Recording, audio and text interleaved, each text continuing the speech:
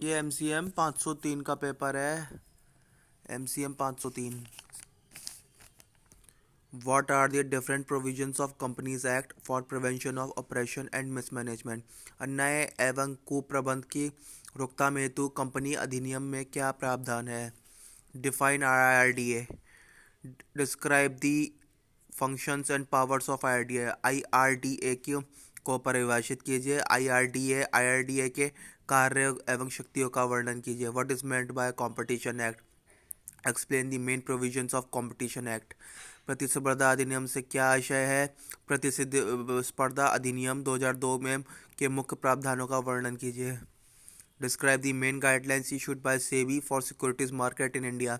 भारत के प्रतिभूति बाजार के लिए सेबी द्वारा निर्गत मुख्य दिशा निर्देशों का वर्णन कीजिए। What are the offences and penalties under the Competition Act 2002? Explain the procedure for inquiry of offences under the Competition Act 2002. प्रतिस्पर्धा अधिनियम 2002 के अंतर्गत अपराध और दंड कौन कौन से हैं?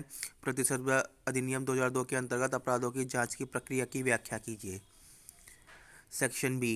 What do you mean by prospectus of a company? एक कंपनी के प्रविवरण से आप क्या समझते हैं?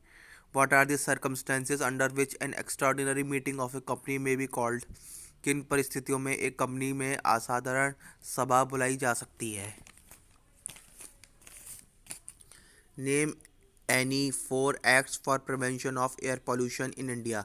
भारत में वायु प्रदूषण की रोकथाम हेतु किन्हीं 4 अधिनियमों अधिनियमों के नाम बताइए। State the legal definition of consumer. उपभोक्ता की वैज्ञानिक परिभाषा दीजिए।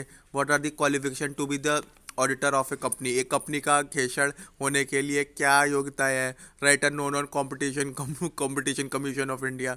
भारत के स्पर्धा आयोग पर टिप्पणी लिखिए। What do you mean by e governance? E governance से आप क्या समझते हैं? What are the basic principles behind intellectual property? वैधानिक संपदा किन आधारभूत सिद्धांतों पर आधारित है?